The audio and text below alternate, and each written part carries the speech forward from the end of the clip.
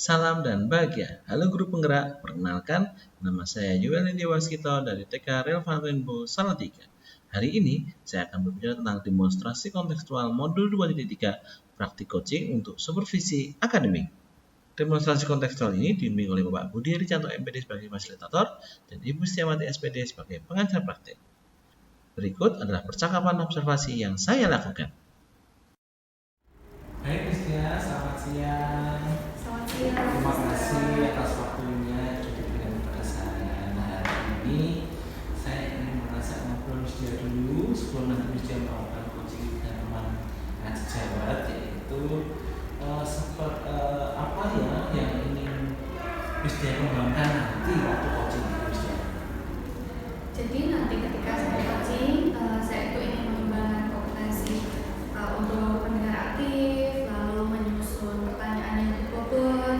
Kemudian saya juga ingin membangun kehadiran penuh agar coaching saya berhasil. Dari 3 hal itu, mana yang ingin diamati secara khusus Kristia? Saya ingin dalam memberikan pertanyaan yang berbobot, Mister. Baik, kira-kira kalau Kristia boleh memberikan pendapat bagaimana Mesdia sendiri, bagaimana indikator atau apa indikator yang ingin digunakan selama proses coaching tadi Mesdia tentang pertimbangan pertanyaan berbobot. Untuk indikatornya, saya ingin mengajukan pertanyaan berbobot itu untuk membantu coaching dalam mereka mencari solusi, dalam mereka mengembangkan permasalahan yang dihadapi seperti itu. Baik, kira-kira apa harapan Mesdia selama melakukan percakapan dengan coaching ini? Kira-kira harapannya apa? Harapannya saya ingin teman saya menjadi coach itu dia bisa mengembangkan kemampuannya dalam menyelesaikan masalah, mencari solusi atas permasalahan yang dihadapi. Baik, ya, semoga berhasil, semoga lancar selama coachingnya. Kita ketemu lagi setelah observasi, kita bicara tentang pasca observasi. Terima kasih Mesdia. Terima kasih, Mister. Selamat siang, Miss Esther. Siang, Miss Dia. Hari ini saya mau ngobrol. Saya ingin mengajak Miss Esther untuk kita mau observasi kira-kira ada permasalahan atau tantangan yang dihadapi oleh Miss Esther di beberapa waktu ini. Oke, Miss Dia. Gini Miss Dia, saya tuh mau cerita Miss. Jadi di kelas yang saya ajar itu tuh Miss ada beberapa anak sebenarnya yang menurut saya tuh kurang fokus Miss. Itu tapi setelah saya mengobservasi kelas saya lagi, saya sudah mengerucutkan itu menjadi satu anak yang masalahnya agak kompleks Miss. Jadi dia itu tidak fokus di kelas ketika saya menjelaskan itu, dia sukanya tidur-tiduran. Terus ketika saya ada di depan dia malah ngeliatin ke tempat lain gitu. Kemudian ketika saya mengajak anak-anak untuk membuat proyek, anak yang satu ini tuh proyeknya tuh gak pernah jadi Miss. Gitu. Jadi saya bingung ini sebenarnya ini kenapa ya sama anak ini kok kalau diajak ngomong gak fokus, dijelasin gak bisa, waktu ngajakin proyek pun dia jadi akhirnya gak jadi proyeknya gitu, gagal ibaratnya karena mungkin karena dia gak fokus itu tadi Miss. Gitu Miss Deo. Lalu kira-kira menurut Miss Esther itu kenapa ya? Kenapa anak itu bisa berperilaku seperti itu? Jadi gini Miss, ini baru dugaan ya Miss karena saya masih mengira-ngira juga gitu ya. Jadi saya mendengar dari guru kelas yang sebelumnya itu sepertinya dia itu speech delay Miss. Jadi dia itu baru bisa bicara itu setelah umur 3 tahun. Pada saat 3 tahun itu baru bisa bicara. Jadi di saat anak lain sudah bisa bicara, sudah bisa berkomunikasi, anak ini kan belum Miss. Jadi mungkin dia ketika di umur dia yang sekarang 4 tahun ini dia juga masih bingung gitu. Tetapi kok saya melihat sebenarnya masalahnya bukan hanya di speech delay aja Miss. Saya agak curiga anak ini tuh ada ADHD juga Miss. Karena dia kan gak fokus ya Miss gitu, terus dia suka sibuk sendiri gitu Miss Dewa. Jadi mungkin itu sih 2 alasan itu, speech delay sama ADHD Miss. Kira-kira apakah Miss Esther sudah pernah berkomunikasi dengan orang tua anak tersebut? Belum sih Miss, secara langsung belum pernah. Jadi saya baru mendengar cerita yang sebelumnya aja gitu. Lalu kira-kira rencana yang akan dilakukan ke depannya sama Miss Esther itu, Miss Esther ingin melakukan treatment apa ya pada anak tersebut? Kalau untuk treatment ini tadi setelah saya ngobrol sedikit dengan Miss Dia, saya sedikit pikiran, oh iya saya belum pernah mengkomunikasikan ini dengan orang tuanya Miss. Jadi untuk langkah pertama mungkin saya akan bertemu dulu Miss dengan orang tuanya, maksudnya mengkonfirmasi ya Miss, mengkonfirmasi keadaannya dia ini sebenarnya kenapa, kalau jelas kok suka kurang fokus, terus kalau masih project juga nggak pernah jadi nih, alasannya apa, apakah betul karena speech delay, lalu apakah betul juga ada hadiah-hadiah itu Miss. Kemudian sembari menunggu saya bisa bertemu dengan orang tuanya, sepertinya saya akan mencoba dulu untuk melatih fokus anak ini dulu di kelas Miss. Saya nanti akan mencari-cari cara ya Miss di YouTube ya Miss, bagaimana cara melatih fokus anak umur 4 tahun begitu Miss.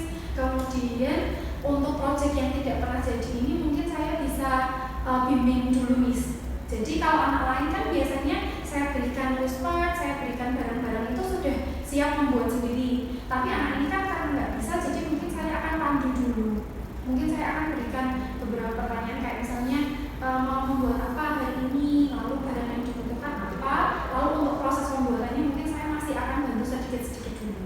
Begitu mungkin rencana saya Miss. Jadi Miss Esther sudah punya beberapa rencana ya, Iya, dari komunikasi dengan orang tua, lalu memberikan treatment tertentu untuk anak tersebut. Lalu kira-kira akan dimulai kapan Miss? Mungkin kalau untuk proyeknya saya bisa mulai besok Miss, tapi untuk melatih fokus anak ini sepertinya saya harus punya sedikit ilmunya dulu Miss gitu. Jadi saya akan lihat dulu video di YouTube-nya besok. Jadi mungkin untuk melatih fokus saya bisa lakukan sekitar minggu depan mungkin Miss ya, dari Senin depan gitu Miss. Jadi ada beberapa rentetan waktu yang Ya, berbeda yang bisa Iya, untuk Miss. melakukan rencana ini. Nah kira-kira menurut Miss Esther membutuhkan waktu berapa lama ya untuk melakukan treatment ini? Mungkin sekitar 2 minggu Miss ya. Ini sekitar 2 minggu, saya coba dulu ya Miss, saya coba 2 minggu untuk melakukan treatment ini ke anak Miss. Selama 2 minggu itu, kira-kira siapa saja yang bisa terlibat? Yang bisa terlibat tentu orang tua ya Miss, karena tadi saya pengen ngajak orang tuanya ketemu dulu. Saya pengen pasti yang terlibat adalah orang tua. Yang kedua adalah rekan saya di kelas Miss. Saya kan mengajari itu kan seperti yang Miss juga tahu kan, satu kelas saya ada 2 guru. Jadi nanti untuk ketika membuat project saya akan minta tolong kepada teman saya untuk mengawasi anak-anak yang lain dulu supaya saya bisa fokus dengan satu anak ini dulu Miss. Gitu. Jadi yang terlibat orang tua dan rekan saya. Jadi tentunya orang tua terlibat, lalu rekan juga dilibatkan dalam membantu Miss Esther supaya Miss Esther bisa lebih fokus ke anak tersebut, supaya Miss Esther bisa memberikan treatment khusus yang bisa nantinya membantu anak tersebut mengembangkan kemampuannya lebih baik lagi. Iya, betul Miss. Baik Miss Esther, semoga nanti waktu 2 minggunya efektif, bisa berjalan dengan baik. Nanti kita lihat lagi 2 minggu ke depan. Semoga apa yang dilakukan Miss Esther bisa tercapai dengan baik. Gitu ya Miss Esther, kita lihat 2 minggu lagi kita akan ngobrol untuk observasi lagi. Oke Miss, Terima kasih Miss Esther atas waktunya. sama-sama Miss Dia, terima kasih banyak. Saya mau izin kembali ke kelas ya Miss. Baik, terima kasih. Yes.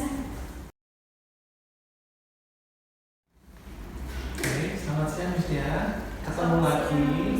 Kita ada di tahap pasca observasi. Terima kasih lagi Miss Dia sudah melakukan coaching dengan sangat baik, dengan berkat dari rekan sejawat. Saya melihat banyak sekali hal-hal yang menarik yang Miss Dia katakan dan Miss Dia lakukan saat melakukan coaching.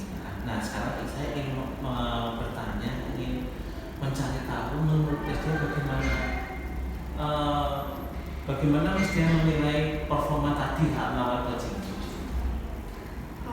Kalau menurut saya berusaha untuk mendengarkan secara aktif tentang permasalahan yang dihadapi oleh coaching, lalu bagaimana coaching mencari solusi atas permasalahannya, lalu bagaimana coaching mengembangkan bagaimana dia akan merencanakan kegiatan